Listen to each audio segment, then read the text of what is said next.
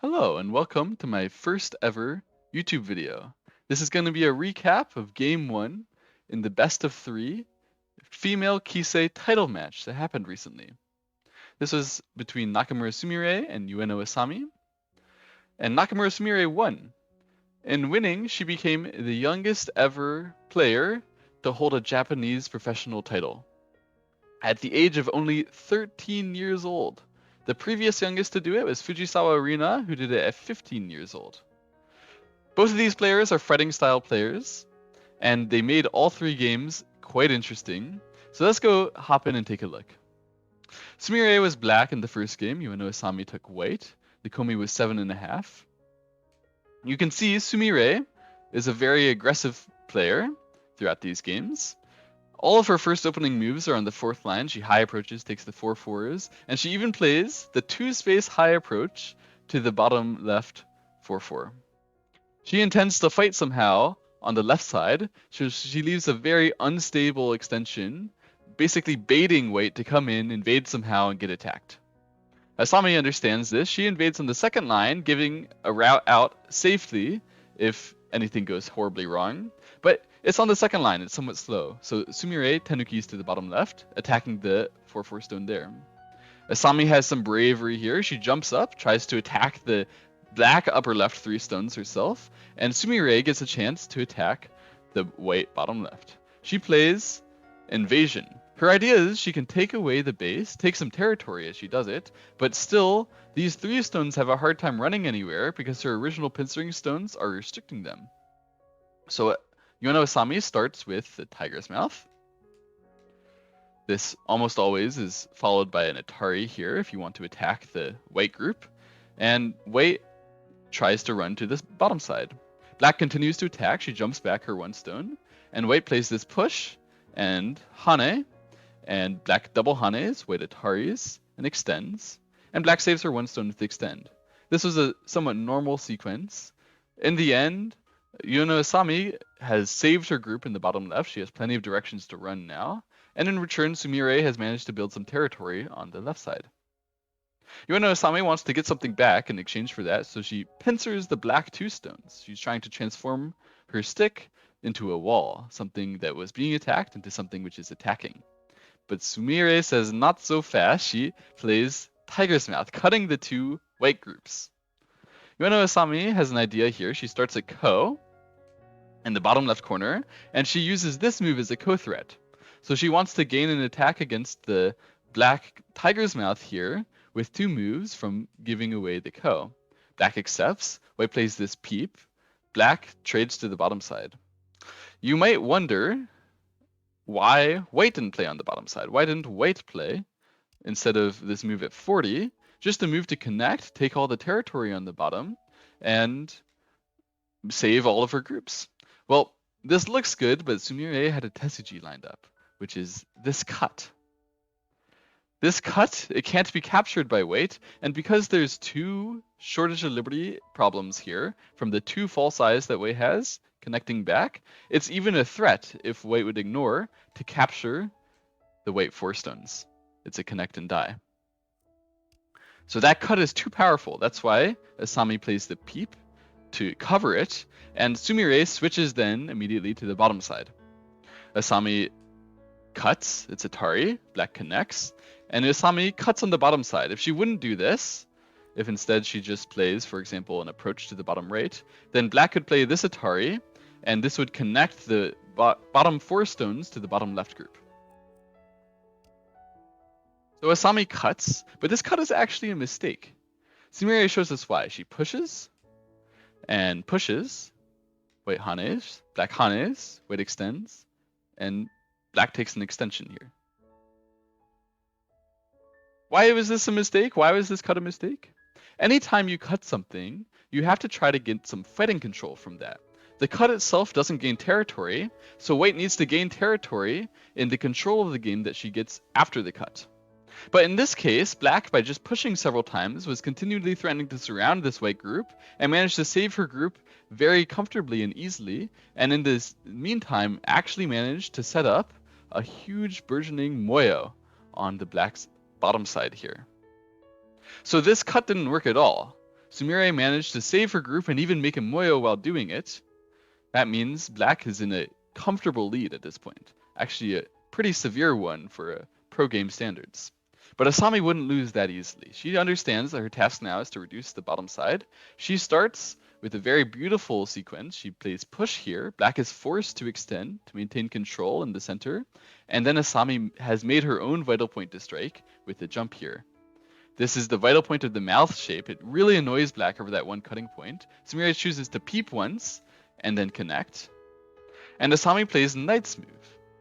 It's somewhat surprising. If I were playing, my first instinct would be to play here, just splitting the black shape. But Sumire had a plan, which was to surround this white group. If Sumire would just jump, white can try to run, but Sumire would be able to surround the group from the center. And although white comfortably captures this one stone and makes one eye underneath it, white doesn't have enough space to make the second eye very comfortably. So black would be in a good attacking position in this variation. That's why instead, Asami played Knight's move, trying to expand and look for an opportunity to make two eyes. Sumire played Attach here, but you might be wondering, why didn't Sumire simply cut? Asami, in this case, had a plan. She was going to cut. Black must save these two stones from the net, and then white would set up a net in the center. The three stones on the bottom for white aren't dead yet, but white already has made some influence in the center, while reducing the bottom side. This is a successful variation for white, a successful sacrifice. So Sumire knew that that was Asami's plan, and she didn't bite, she just attacked from the outside.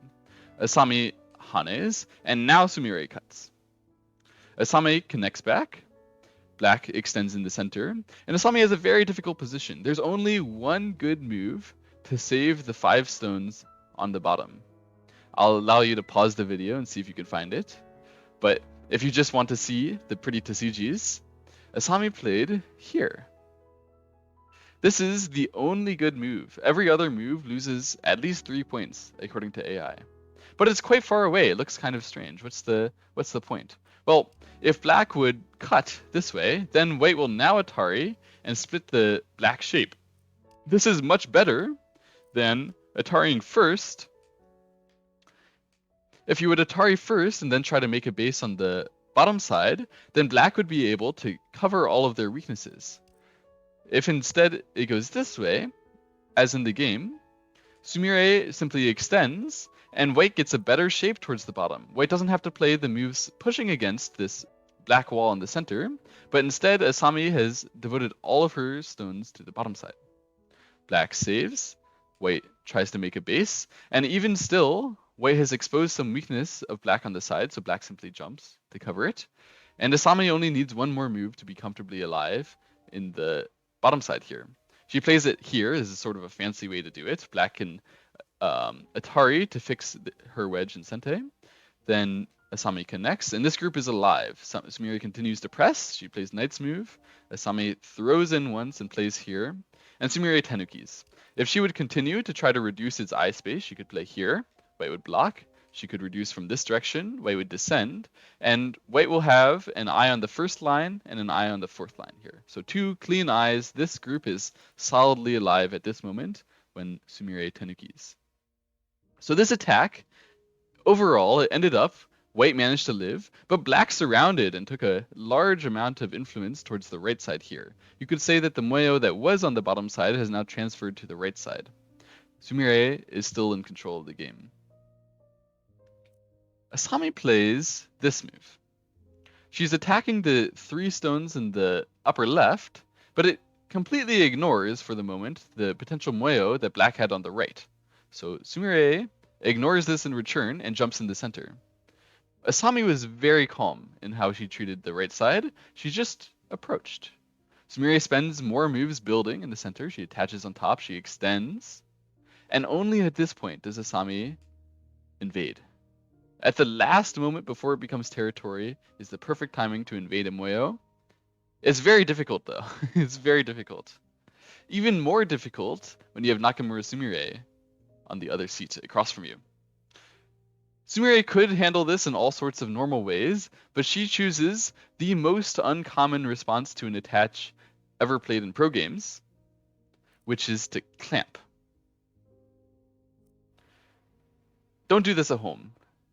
This is usually quite bad. It tends to leave a lot of Aji, and we're actually going to see Asami exploit that Aji next.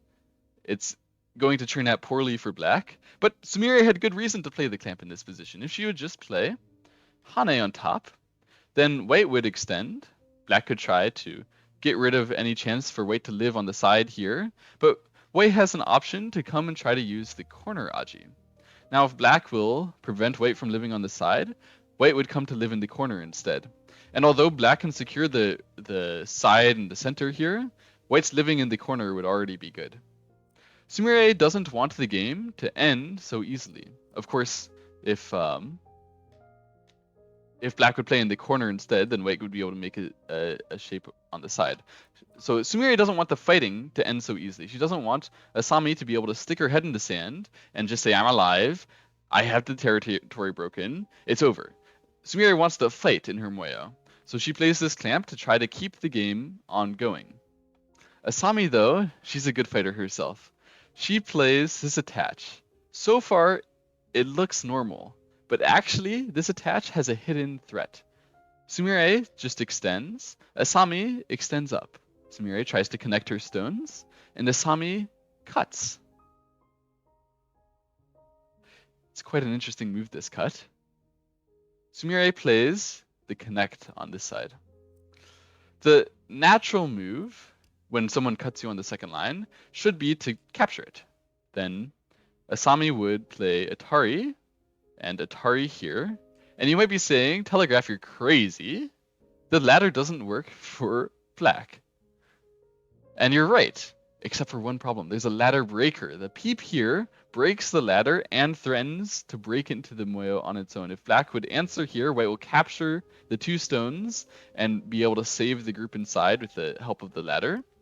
And if black doesn't answer, then white can push here in Sente, break through like this in Sente, Atari in Sente, and break the right side very naturally.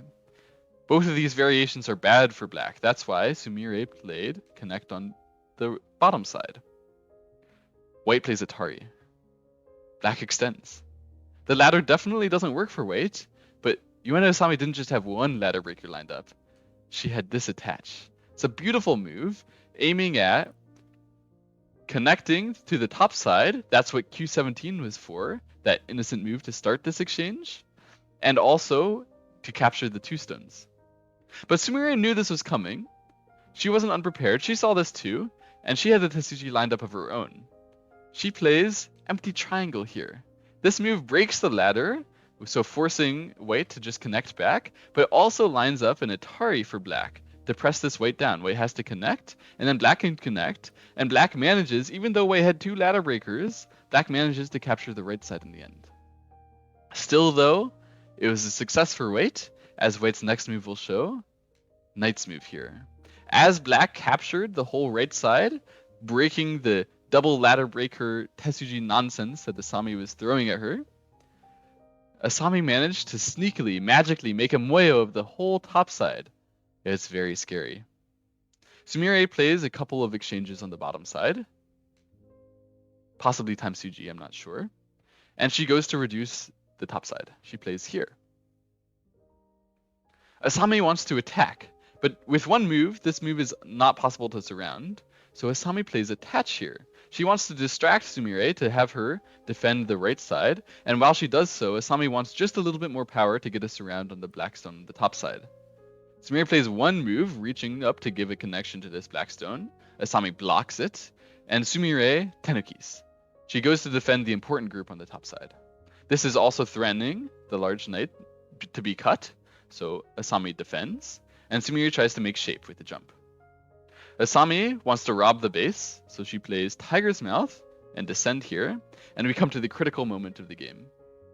Sumire has to defend her group on the top side, but it can't make life locally after white plays this Tiger's Mouth and descend. It's going to have to run somehow to the center. And as it runs to the center, it needs to be able to use the white weaknesses. The fact that white hasn't fully secured these three stones is dead, and the fact that white's connections in the center over there are not so strong.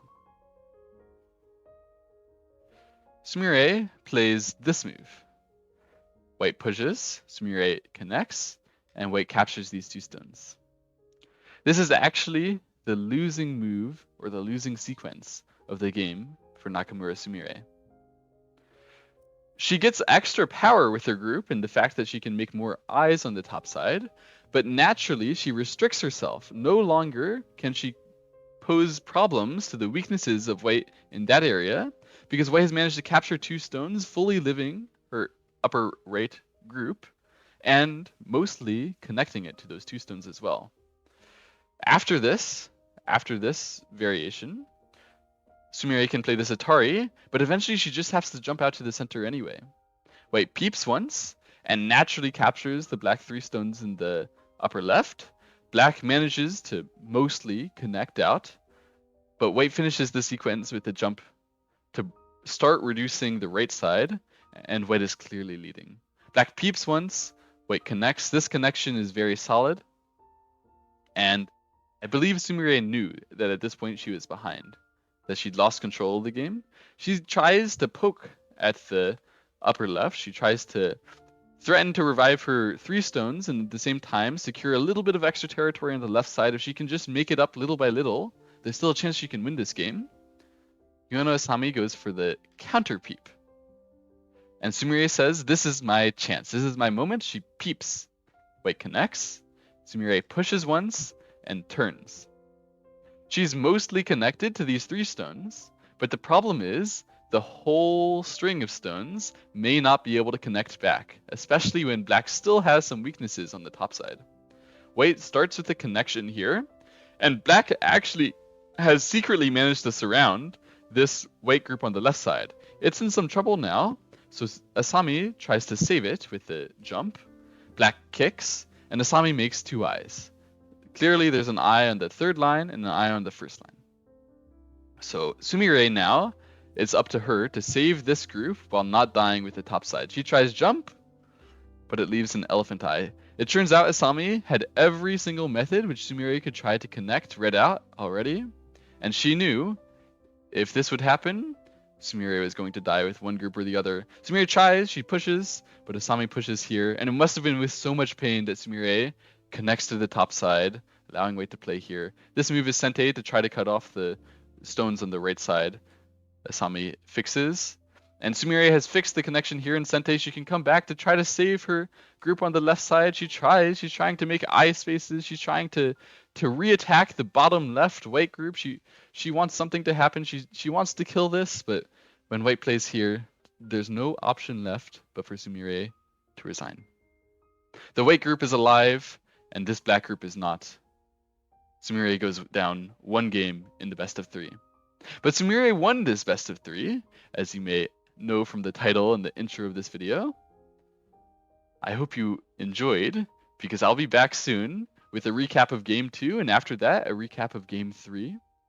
Please leave a like, subscribe, and I'll see you next time. Bye-bye.